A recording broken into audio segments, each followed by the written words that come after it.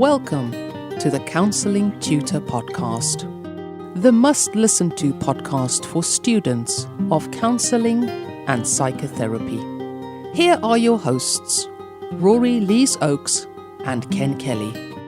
Hello and welcome to episode 56 of the Counselling Tutor Podcast with me, Rory Lees-Oakes, and with me is my fellow traveller in the existential realm, Mr. Ken Existential Kelly. How are you doing? I'm feeling rather existential today. Thank you very much for asking, Rory. Great to be here. A really good mixed bag, I guess, on today's episode. So episode 56, we're going to be opening up and we're going to be looking at subtle themes, identifying the themes that a client may bring. And we're going to be linking that to a question asked on our Facebook page. And then we're going into Theory with Rory, where today we're going to be looking at experiments, but not just any experiments, Rory. This is experiments in Gestalt. It is. We're going to have a look at a part of Gestalt psychotherapy, which is exercises and experiments, where clients are asked to kind of test out their thinking and to see if it's really true or not. And it forms the basis of Gestalt psychotherapy, and also it forms the basis of a lecture that I've recently given on an introduction to Gestalt. So the whole thing really ties in nicely, Ken. And speaking of things tying in, we're going to end today's episode as we began it, in an existential way, by speaking about existentialism and specifically skills linked to existentialism. And that is regarding another comment that we had on Facebook, but we'll get to that in a moment after we kick off and we speak about identifying themes. Now, this again came in from Facebook, Rory. Yes, so we're grateful to Samantha Roberts, who posted in Facebook. She's one of our Facebook members, and I'm sure if you've listened to the podcast before, you know exactly what I'm going to say.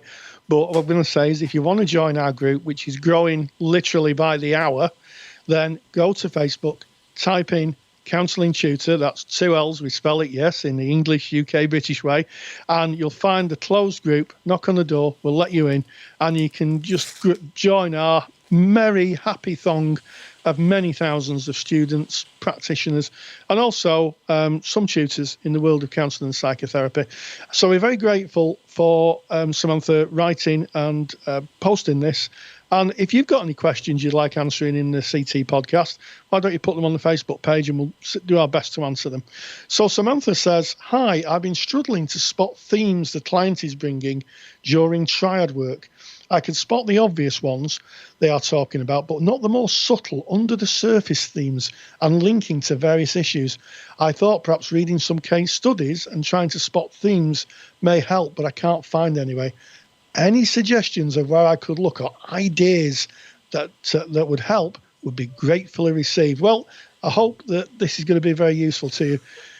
Listening to the music behind the words, Ken. Mm-hmm. Oh, yeah, the words of Rogers, in that we're not just there to listen to the words that the client brings, we're there to receive them in their entirety, how they sit, their eyes, where are their eyes, what are they doing with their hands as they're sitting. Everything is telling a story and projecting where that client is at. Absolutely. And I think what I'd say to you, Samantha, is just let this person speak. And you'll find eventually that there'll be maybe little minor inconsistencies in what they say. So one of them is someone who says, "I'm really happy about that, but looks sad." And you see that all the time. "Yeah, it's really good, that." And the response would be, "I hear you saying it's really good, but you look sad when you when you tell me." And sometimes it is about reflecting all of the client. The client is a whole kind of process.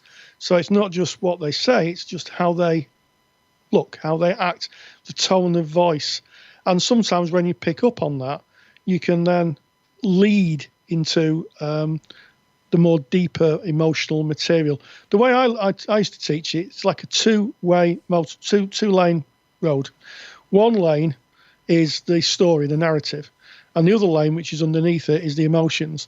And every so often, a client will open a little door where you can drop into the emotions, but you have to be able to pick them up, Ken. Can be quite an art, can't it? It can. It's nuanced, I guess. And I like what you said there. And you're speaking about focusing on the incongruence that the client may bring, where as you said, I'm okay at the moment, I'm feeling happy, but they look sad, and you will point out that incongruence. And if we look to person-centered therapy and the work of Carl Rogers, he speaks about there being an incongruence in the client as they will come in. And what you're saying about just being with them and allowing the client to lead.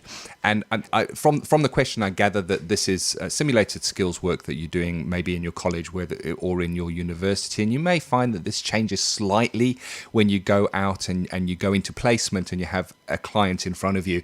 And so often, it's not about us spotting the themes. Like, aha, there it is. There is the theme. Let's go over there. It's just about being there with the client, because sometimes the client doesn't know what the theme is, and they will find their way. Sometimes they are lost. Sometimes they don't know where they're going. Sometimes they don't know what's causing their pain. And we just be with them as they look around and find their way. And when they do find their way, it is their way. And then we're with them as they go their way, as opposed to us identifying a theme and taking them our way. Yes, absolutely. It's about letting the client find their own path and not directing. And what I always used to say to my students was, listen to the music behind the words. The narrative, what people say, is one thing, but how it's said and the emotion connected to the words. Are they said lightly? Are they said heavily?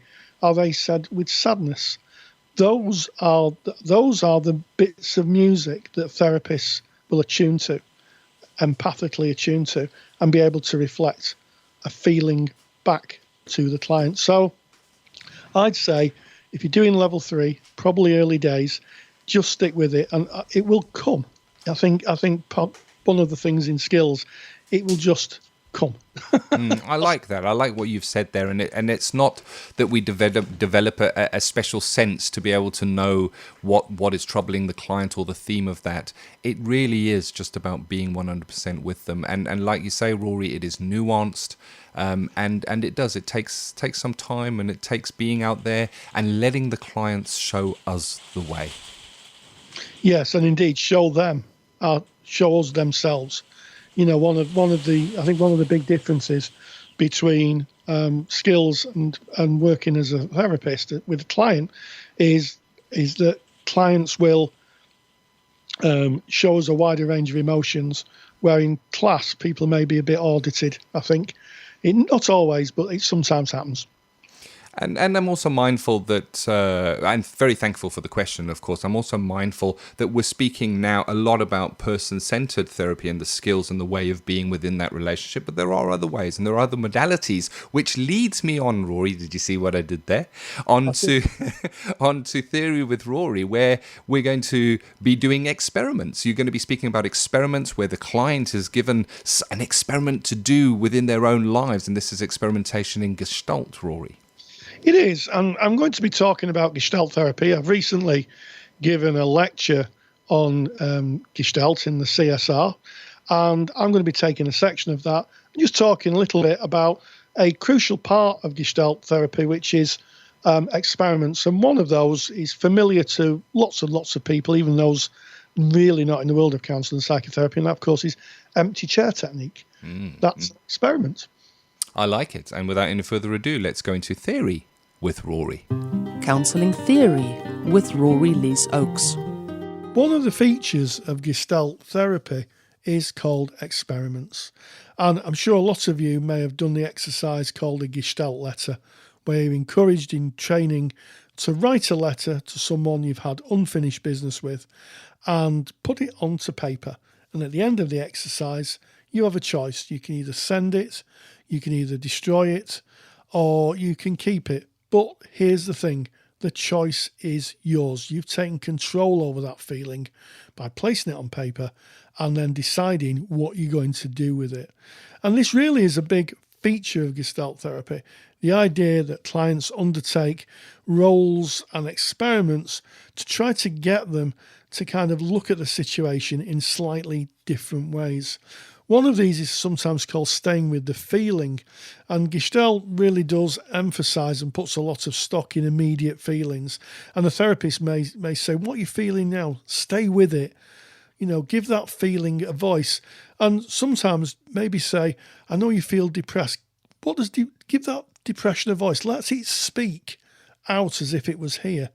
And while it might seem a little odd to try and get an emotion to speak, what happens is by giving it a voice, it becomes quite cathartic. It allows the client to say maybe what's unsaid and to bring it into the therapy room. Another is called taking responsibility. How often have we heard people say, well, that person makes me angry, that person makes me sad, that person makes me bored.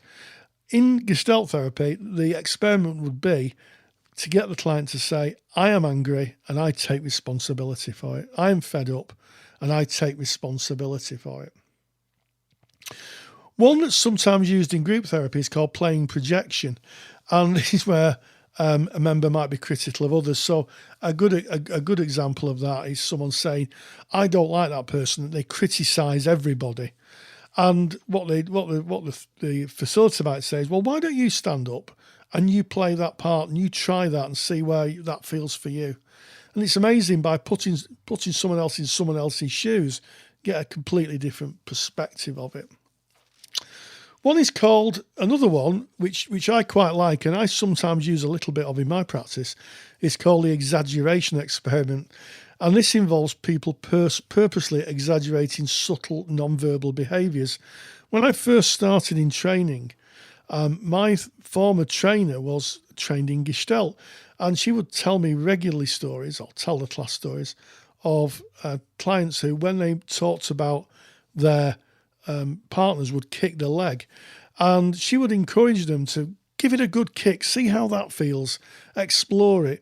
And it's about a disconnect. It's about the fact that subconsciously the legs moving, wanting to kick, and trying to get the client in contact with that, trying to get them in contact to their own processes so they're not disconnected from them.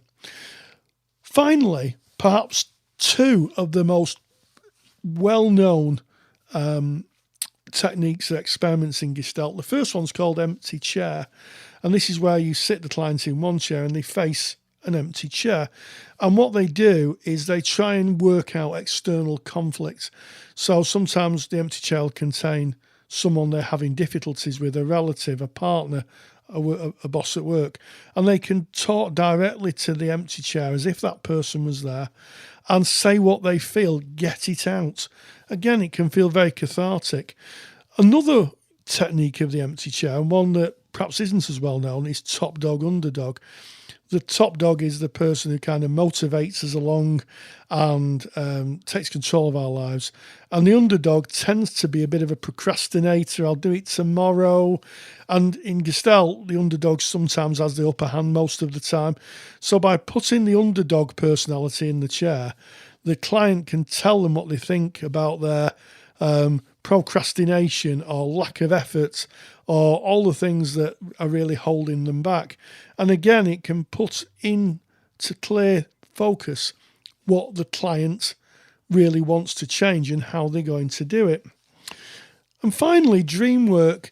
Gestalt and dreams are really intertwined. Gestalt would say that dreams are a subconscious process of what's going on for us that appear when we're asleep.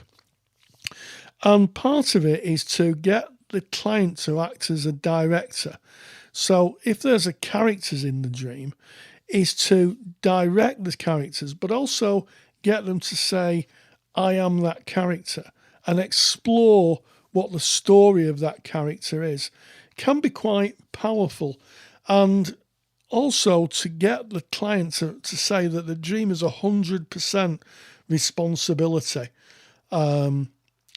about the dream and how they dream. It's quite interesting. Sometimes done it in training where someone says, I'm falling. Well, I'm falling. Where are you falling? Falling into the water. Well, say, I am the water. Well, I am the water. Well, what does that say to you? What can you see or feel or experience? And it's amazing how people can join the dots of the life just by experiencing the dreams. So that is experiments in Gestalt Therapy. Thank you very much, Rory. Experimental indeed, and there's a great handout to go along with that. And that's the different experiments in Gestalt. And if you want to get hold of Rory's super duper handout, it's easy to get. You just go to counsellingtutor.com, click on the podcasts tab. You'll find that on the homepage. Go to episode 56. That's this episode. All the show notes are there. And of course, you can download Rory's handout from within that page. And if you are a member of the Counselling Study Resource or the Handouts Vault, well, that resource has already been added for you. So no need to download it. It's right there and you can go and enjoy it. Thank you very much for that, Rory. And moving on from experiments in Gestalt, we're going to be looking at I always trip up on this one. Existentialism. And we're going to primarily be looking at the skills in that. But this is linked into a Facebook comment that came in, Rory. It is. It's from Emma Hales. So hi, Emma. Again, one of our Facebook members. And they're just our Facebook members are just the best, Ken. They ask the best questions. Oh, That's yes. all. And I have to admit, though, I do sometimes think, how am I going to answer that? So I have to nip do we not recognise, Rory, that the best questions just inform even better questions, and we debate it, and I think very often we just come up with more questions. It's true, and of course, Socrates was a famous philosopher who said, "I know nothing." And that links really into this question that Emma's asked. She says, hello, everyone. New to the group. Well, welcome, Emma. I'm doing a level 3 course. I wonder if I could pick your brains. Right, okay, so you might be able to hear that sound of my brains being picked. In the next session, we'll be covering existentialism and doing skills practice. Could any of you lovely people enlighten me what skills will aid my skills practice for existentialism? Well, what a great question. Isn't it? Yeah, and what I'd say is to understand the skills you need to understand existentialism. So very, very briefly, existential philosophy 101. First of all, it's not a philosophy. It's a kind of way of thinking. And I'm going to be doing a lecture on this very shortly on existential therapy. So I'll outline that for those of you who are members of the CSR. But effectively, existentialism is the idea that our lives are finite, that we're going to die at some point, and making sense of our life, making sense of life's meaning to us. So there's some really good books out there. One's called Staring at the Sun by Irving Yalom, about people who are dying, who are literally looking at the end of life. And the other one is, of course, Man's Search for Meaning, which is just a super book, which is all about an experience of a psychiatrist in a concentration camp and understanding the meanings of the world. And he went on to develop logo therapy. So really, really useful. So in terms of the skills, well, the skills really are helping people explore their own view of the world. So I mentioned Socrates, and there's something called Socratic questions. And basically you're asking people what it means to them. So it's not unlike standard counselling skills when you're existential therapist, but the focus really is on meanings as opposed to kind of feelings or kind of process. It's about what it means. And, you know, when someone brings you an issue, saying, what does that mean to you? And trying to get them to see their own kind of place in the world. I have to say, existential therapy is a very, very tricky therapy because, as I'll explain, there isn't actually a lot of theory to it. There isn't a lot of theory at all. Yeah, it's really interesting because it's very frame of reference based, and we do try to be in the client's frame of reference, but it's really drilling down into their frame of reference, getting the client, I guess, to examine their own frame of reference and look for what the meanings are to them. So it's less about them looking to us for the answer, but looking to what the meanings are that resonate with them, and that is the right journey for them. And it will be different with every single person that you share that relationship with. Yes, and I talked earlier about a book, A Man's Search for Meaning. It was written by a man called Viktor Frankl, who was really one of the founders of existential therapy. Rollo May, again, was an American who wrote the first book on American book anyway, on existentialism. So I would look up Rollo May, I would look up Viktor Frankl on the internet. I do some research around those two people. Mick Cooper, of course, who's a big voice in UK or British existentialism. I've got his book in my library here, and just have a think about it. But what I would say is, when you're using your skills, really, as Viktor Frankl pointed out, you're looking for the client's search for meaning. And that is the direction, really, of the therapy. And I guess if we were to name some skills that might aid in that process, silence would be a good skill, where the client is looking and considering within self, and we're not interrupting that. We're allowing that silence and being comfortable enough to allow the client to look and find the meaning within that silence for them. Reflection. So as opposed to us kind of taking what a client is saying and looking at that and exploring it further, just reflecting it straight back to them, so that the client is almost hearing their own words coming back. And sometimes that will lead the client to re-examine that is coming back, which is their own words. So they're looking for the meaning in their own words that they gave out. So those are two skills that come to mind for me. Yes, and I think also questions about what does that mean to you? Yes. Trying to find, as you're saying, the whole point of existential therapy is to find out what the meanings are for the client. So as opposed to person-centered therapy, I guess, where you're into someone's frame of reference, trying to find the whole emotional palette that comes with that. With existential therapy, to my understanding, and I'm not an existential therapist, is that you're looking to help find the person find the meanings. So Viktor Frankl, really good. Love's Executioner by Yalom. Just the book, really, for showing how an existential therapist works with clients. And those will really guide you. It's an interesting therapy, existential therapy. One that's kind of a bit underrated, I think. It is interesting. It's, I guess, based in phenomenology, in that it is the way that person, that individual, is seeing the world, and we see it uniquely, all of us, and for them to seek their meaning and their own phenomenological view of the world. And it's tricky, like you say, Rory, because it's not about us necessarily being in their frame of reference. It's about them examining and drilling down and looking for meaning within their own frame of reference. And it is interesting. Great books, great resources, and definitely a topic that I think we could speak more about. Specifically, if you're studying existentialism, please, on the Facebook page, let's share some ideas and what it means to you. That's existential, isn't it? What it means to you.